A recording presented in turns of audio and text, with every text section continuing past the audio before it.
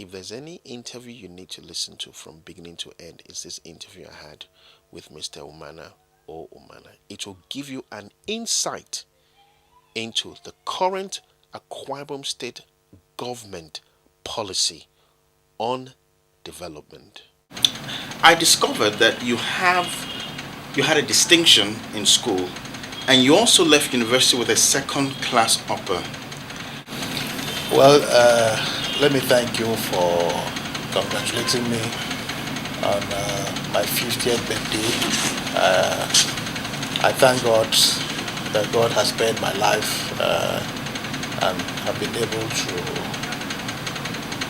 achieve the beats I have been able to achieve over the years, especially in the service of our people of Akwa Ibom State. And I don't know where you got to see my resume, my background. I had a first division in my school certificate examination. That is true.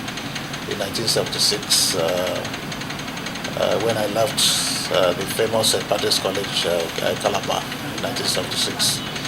And that same year, I was privileged to be admitted to read a BSc degree program in economics at the University of Calabar.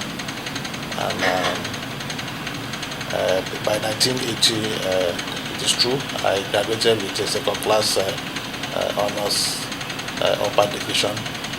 And the three best graduating students that year, 1980, we awarded the foundation a scholarship of the University of Calabar. So you were the three? And I was privileged to be one of those three, yes. Wow. But something else I wanted to ask you, sir, is your relationship with the governor. There was an incident in London, I think it was 2 years ago, because I know the governor calls everyone my brother. But when it came to you, he referred you as my friend. And I will never forget that. That struck me.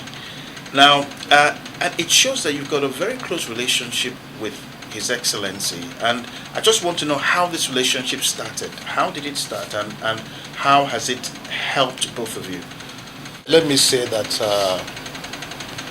I really got to know him in 2003 when both of us were appointed to the cabinet of the then governor, Victor Atta.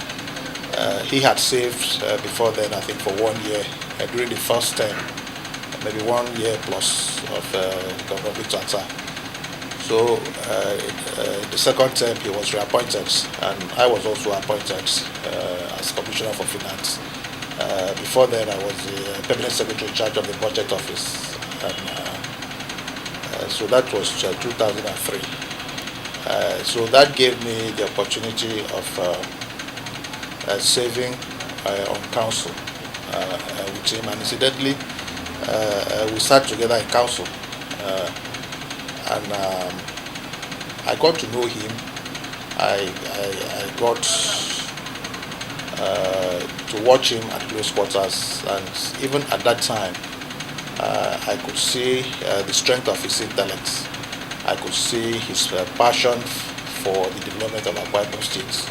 I could see his love for the people of Akwa Ibom State, because as he always says, if you don't love a people, you cannot save them with all your heart, you cannot save them with passion. So it gave me the opportunity to watch him, to interact with him, and I must say I was impressed. Now, government policies, sir. When I interviewed the governor sometime last week, he said that education was compulsory and free in Akwa Ibom State.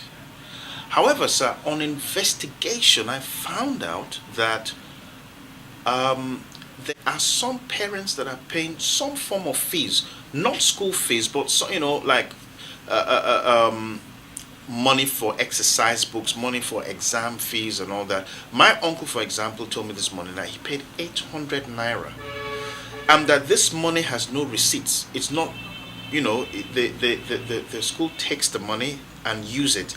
And I'm wondering whether your government is aware of this, and what will the government do to make sure that education is really and truly free and fair in Akwa Ibom State? Well, that report is surprising, and if it is true, it is unacceptable, and I would request your uncle to give us a formal report, state the name of the school, give us the name of his ward, so that we can take it from there. I also know that the state government has set up a special monitoring team, Okay. to go around schools.